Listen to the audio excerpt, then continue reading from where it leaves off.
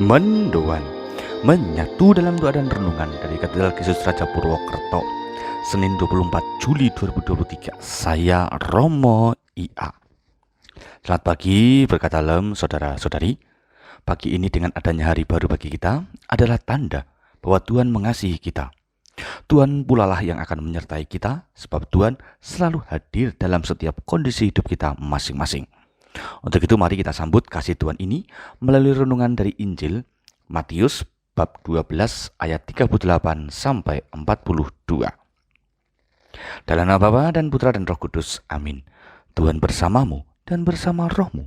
Inilah Injil suci menurut Matius. Dimuliakanlah Tuhan. Sekali peristiwa, beberapa ahli Taurat dan orang Farisi berkata kepada Yesus, "Guru, kami ingin melihat suatu tanda daripadamu." Jawab Yesus kepada mereka, "Angkatan yang jahat dan tidak setia ini menuntut suatu tanda. Tetapi kepada mereka tidak akan diberikan tanda selain tanda Nabi Yunus. Sebab seperti Yunus tinggal di dalam perut ikan 3 hari 3 malam, demikian pula anak manusia akan tinggal di dalam rahim bumi 3 hari 3 malam. Pada waktu penghakiman, orang-orang Niniwe akan bangkit bersama angkatan ini dan menghukumnya juga. Sebab orang-orang Niniwe bertobat setelah mendengar pemberitaan Yunus, dan sungguh yang ada di sini lebih daripada Yunus.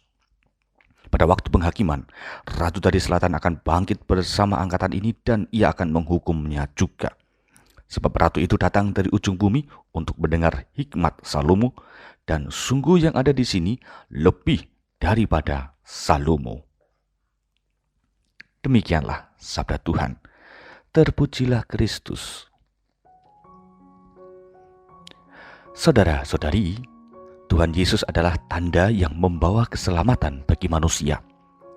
Kehadiran Tuhan itu secara konkret, misalnya kita rayakan dalam Ekaristi. Selain itu, ada banyak tanda lain yang mengungkapkan betapa Tuhan mau hadir dan terlibat dalam seluk-beluk hidup kita. Persoalan ahli Taurat dan orang Farisi untuk meminta tanda dari Yesus melalui Injil tadi merupakan cara beriman yang kurang peka. Iman disejajarkan dengan tingkat kepuasan manusiawi yang acap kali justru membawa seseorang menuju kemandulan rohani. Tidak ada pertumbuhan iman yang sejalan dengan hidup sehari-hari. Itulah kemandulan rohani. Kemandulan rohani ini bisa terjadi pada kita jika kita sering memerintahkan misalnya bagi Tuhan untuk mengabulkan aneka doa kita. Kita terlalu berharap bahwa semua permohonan kita adalah paling baik sehingga pasti akan terjadi. Namun cara kerja Tuhan adalah ilahi dan misteri. Artinya, Tuhan memberikan kepada kita semua hal yang paling baik. Dan terkadang, kualitas terbaik dari kita itu belum tentu yang paling baik bagi Tuhan. Maka, ketimbang kita menuntut tanda atau pengabulan atas doa-doa, lebih baik kita membuka hati untuk menyadari cara kerja Tuhan dalam hidup masing-masing. Hari ini misalnya, Tuhan akan bekerja menyertai kita. Apakah kita menyadari atas hal itu? Di mana sajakah kita merasakan keterlibatan Tuhan yang melegakan bagi perjalanan kita? Dan akhirnya, apa sajakah yang kiranya perlu kita siapkan untuk bisa menyadari kehadiran Tuhan?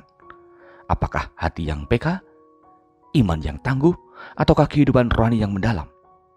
Saudara-saudari, semoga kita dapat menemukan cara kerja Tuhan dan mensyukuri kasih Tuhan selama hari ini berlangsung. Tuhan memberkati. Mari kita berdoa. Allah Bapa Maha Kasih, syukur atas anugerah hari baru ini. Kuatkan kami selama hari ini agar tetap setia beriman kepadamu. Semoga iman kami sungguh tulus mengabdimu hingga kami dapat menerima semua kehendak-Mu. Tolong kami untuk bersyukur sehingga mampu menyadari karya kasih-Mu yang menenteramkan. Demi Kristus Juru Selamat kami. Amin. Tuhan bersamamu dan bersama rohmu. Kita semua, keluarga kita, dan perjalanan hidup hari ini senantiasa dalam berkat Allah yang Maha Kuasa, Bapa, Putra, dan Roh Kudus. Amin. Saudara-saudari, selamat beraktivitas. Tuhan berkati. Salam mendoan.